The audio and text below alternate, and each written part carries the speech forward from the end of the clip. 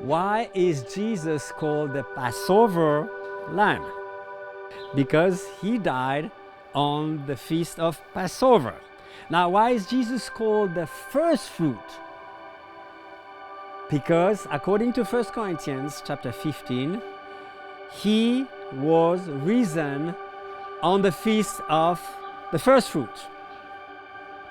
You see, what's absolutely amazing is that the feast of the first fruit actually starts the day after the Shabbat, after Passover. So God's timing is just absolutely incredible. Whether it's Pesach, whether it's the feast of the unleavened bread, whether it's the feast of the first fruit, whether it's Pentecost, everything matches the chronology of the life of Jesus. God's timing is absolutely incredible. You see, God is specialized at matching the events of history with the events of his own history. In the Bible, you see this amazing tapestry where on one side you see different events, the history, and on the other side you see God doing his own events, and they are matching together. I mean, God is specialized at bringing those things together. Let me give you an example to illustrate that. Have you ever heard of the month of Nisan? The month of Nisan is the first month in the Jewish calendar. It's called as well Aviv, Aviv being spring in Hebrew. It's the month where a lot of new beginnings starts. And precisely on the 17th of Nisan, you see in the Bible there are some incredible things happening. On the 17th of Nisan, Noah's Ark landed on Mount Ararat. On the 17th of Nisan, the Israelites crossed the Red Sea. On the 17th of Nisan, the Israelites stopped eating the manna and started eating the new food of the Promised Land. On the 17th of Nisan, Esther, after having spoken to her husband, saw Naaman being hanged and everything turning around. Now, do you guess what happened on the 17th of Nisan with Jesus? Well, of course, he was risen from the dead.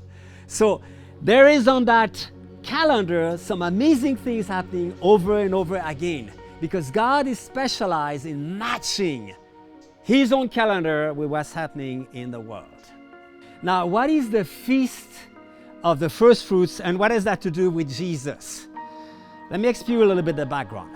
The Israelites had to bring a sheaf of barley being the first cereals that was coming in the spring, and they would have to bring this to the temple before the high priest in order that this offering would be accepted by God. But before they did that, they had to do it's an amazing thing. They had to do a confession recognizing their condition before the Lord, saying that we came in Egypt as nobodies, but God blessed us. And then we were oppressed, but God delivered us, and he brought us into this promised land here. And so after that, then the priest would wave on the four corners this sheaf of barley. And then he would make sacrifices, 3 different ones. And after that, only after that, the Israelites could start their harvest.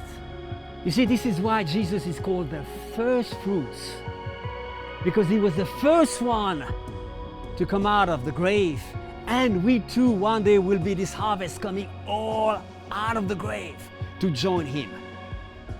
Now, this is not only something that will happen in the future, by faith. The Bible is calling us to even see already ourselves today as having been risen with Christ and sitting with him in the heavenlies, according to what Ephesians says. So it's just this amazing thing that we can look at God in everything that he has done in history.